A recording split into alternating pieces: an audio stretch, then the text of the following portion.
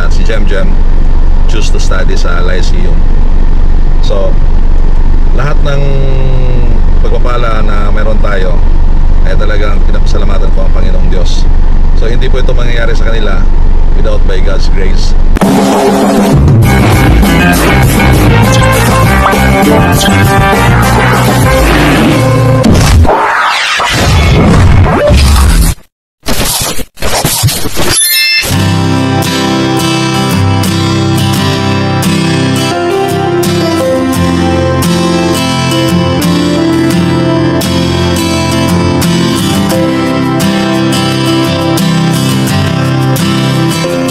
Good morning mga katoto. Andito tayo ngayon sa PICC and today, ito yung pinakahihintay ng aking bunso, ang kanyang pagtatapos, kanyang pag-aaral. So it took here 4 years in college and today, September 26, is her graduation day. Ito yung isa sa mga panahon na inihintay ng isang estudyante, yung kanyang magtatapos. At andito din yung classmate ni Jem, si Steph. Ayan, tsaka yung mami ni Steph. Itong dalawa talaga sila yung palagi nagkasama. Kayo palagi nagkasama ni Jem, no? Pag sinundo ko sila ng 11 o'clock in the evening, ayan, kasama sa Tagaytay. Ay, nako, natapos din ang hirap. Congrats. Of course, si YP. Ano sabi mo? Thank you, Lord. Nakagraduate na ang aming anak. Wala na kaming papag-aralin. Yung aso na lang. And of course, our youngest, si Jem. Yan. Ano sabi mo, Jem? Thank you, Lord. Graduate na sila. Ang Philippine International Convention Center or known as PICC ay matatagpuan sa Pasay, Metro Manila. And it took only 23 months to build this building. It was constructed way back November 1975 up to September 1976. The Philippine International Convention Center is composed of 5 buildings modules: Delegation Building, Secretariat Building, Reception Hall, the Forum, at the venue na kung saan doon kami pupunta, the Plenary Hall.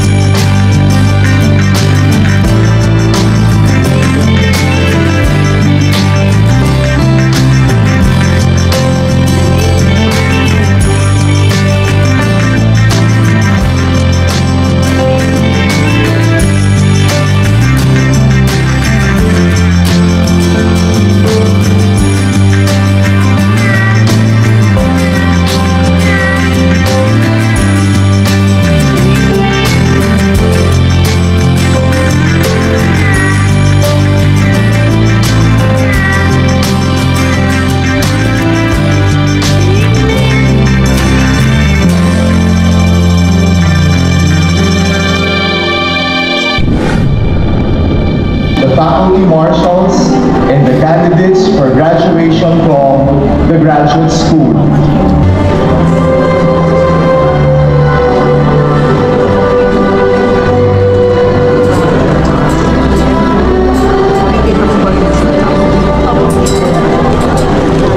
Standing before you, Almighty and Eternal God, we make this solemn prayer of thanks and praise. With hearts filled with gratitude, we offer you all that we are, all that we have become, and all that we wish to be.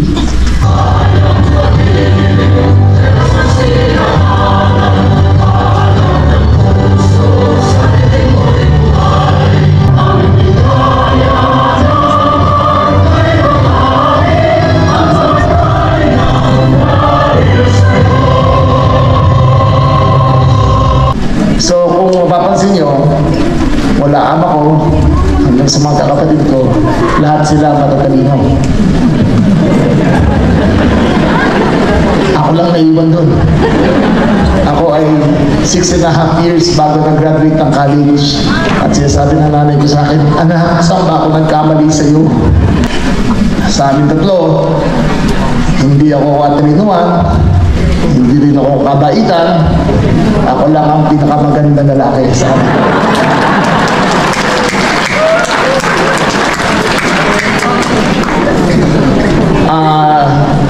As a special dispensation conferred upon me by the faculty, they asked me to announce para sa lahat ng mga graduates dito na hashtag walang pasok kayo bukas.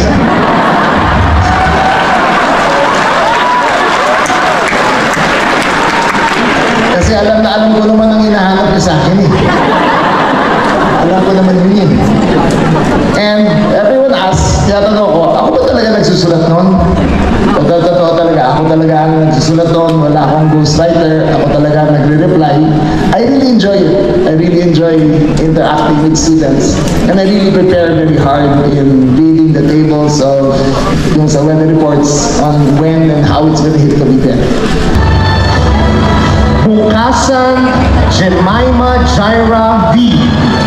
Upon recommendation of the Academic Council of the Lyceum of the Philippines University and by authority of the Commission on Higher Education under the laws of the Republic of the Philippines, I hereby grant you the titles and confer upon you the degree to which you are respectively entitled, with all the rights, privileges, and responsibilities thereunto appertaining.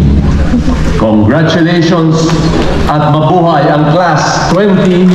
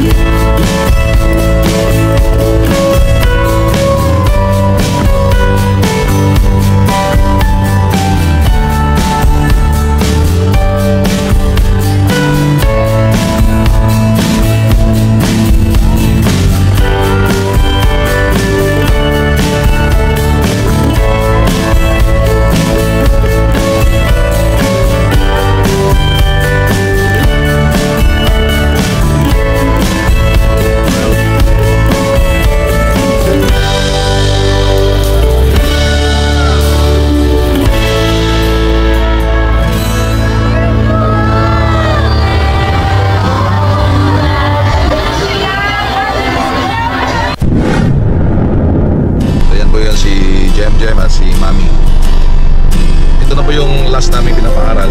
Siya po yung bunso namin. Yung dalawa ay natapos na rin. Si JJ ay I think 2 years ago. Then si Jaira last year. She graduated. Both of them are graduate from Pasal. At si Jem choose to study sa Lyceum. So lahat ng pagpapala na meron tayo ay talagang pinapasalamatan po ang Panginoong Diyos. So hindi po ito mangyayari sa kanila without by God's grace. At lahat ng ito ay biyaya ng Panginoon. At salamat din po sa company na pinagtatrabahuan ko for the support sa mga studies ng aking anak. So blessing talaga, blessing sa lahat.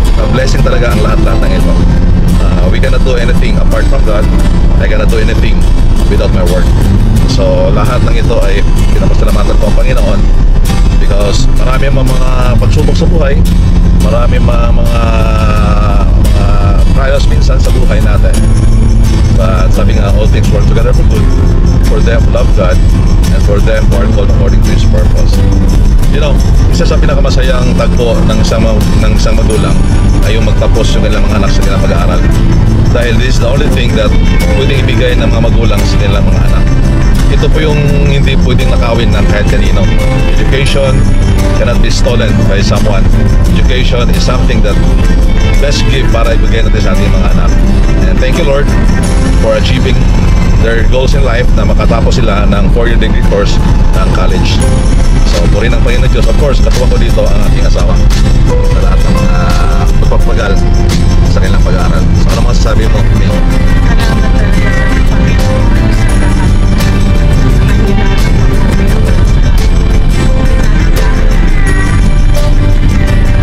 tuloy lang po tayo mga nanay.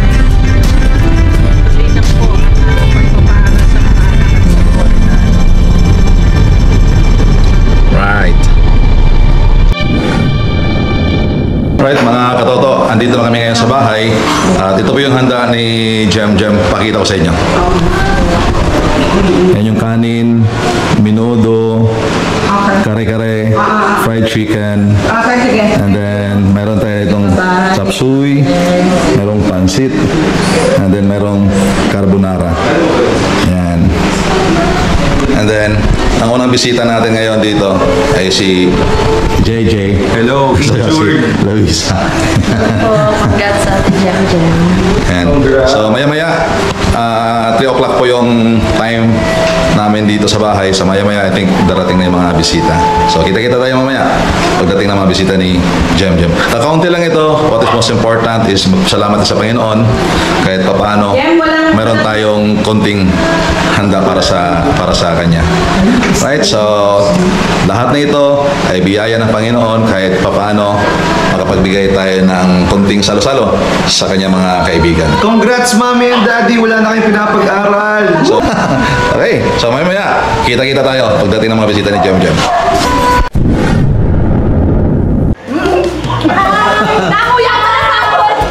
afternoon! Happy graduation, Jem! Good luck sa new journey! Thank you! Congratulations! Thank you! Graduation and happy looking for job! Thank you!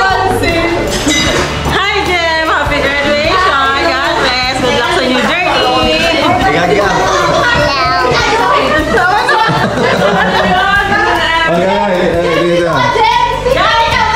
Jem, dito ka! Kunyari, ano ba bati ka rin? 1, 2, 3, go! Happy graduation, Jem! Congratulations! Congratulations! And happy birthday, Jai! Happy birthday, Jai! Birthday mo yun! Happy birthday! Congratulations, Jem! Congratulations, Jem! Sabi mo lang. Congrats. Ayun. Ate Jem. Jem! Happy graduation, Ate Jem! Thank you! Happy graduation, Ate Jem. Happy graduation, Ate Jem. Congratulations to my mom, Thank you. We're so proud of you. Yeah, congrats, Jem! I'm proud of you so much. Congrats, Jem! Congrats! Congratulations, Jem! Ayun. Thank you po, thank you for coming. Sige. Ready go. Congratulations po sa anak. Galing naman yan! Congratulations, Jem! Thank you. Congratulations, Jem, on your graduation. Good job. Thank you. Congratulations, Jem. Congrats, Jem. We love you. Mama. Congrats, Jem! Yeah. Congratulations, Ate Jem. Salamat sa flower. You were the flowers. Ikaw yung chef. Congratulations, Jem. Congrats, Ate Jem! Oy, di ako nag-joke! Congrats, Ate Jem! Congrats po kay JB Moto.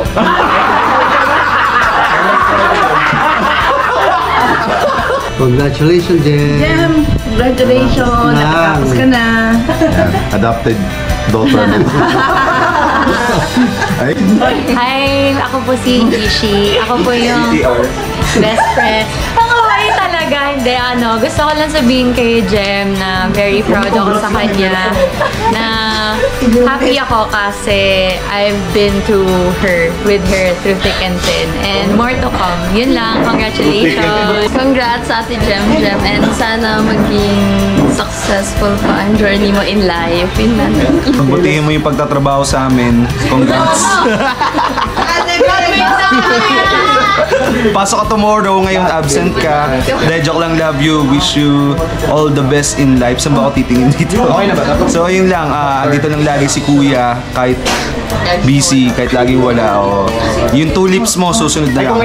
Happy birthday, Jem. Congratulations. I wish you. Thank you guys for coming. Thank you guys for watching. Thank you po. Thank you. Thank you, kuya.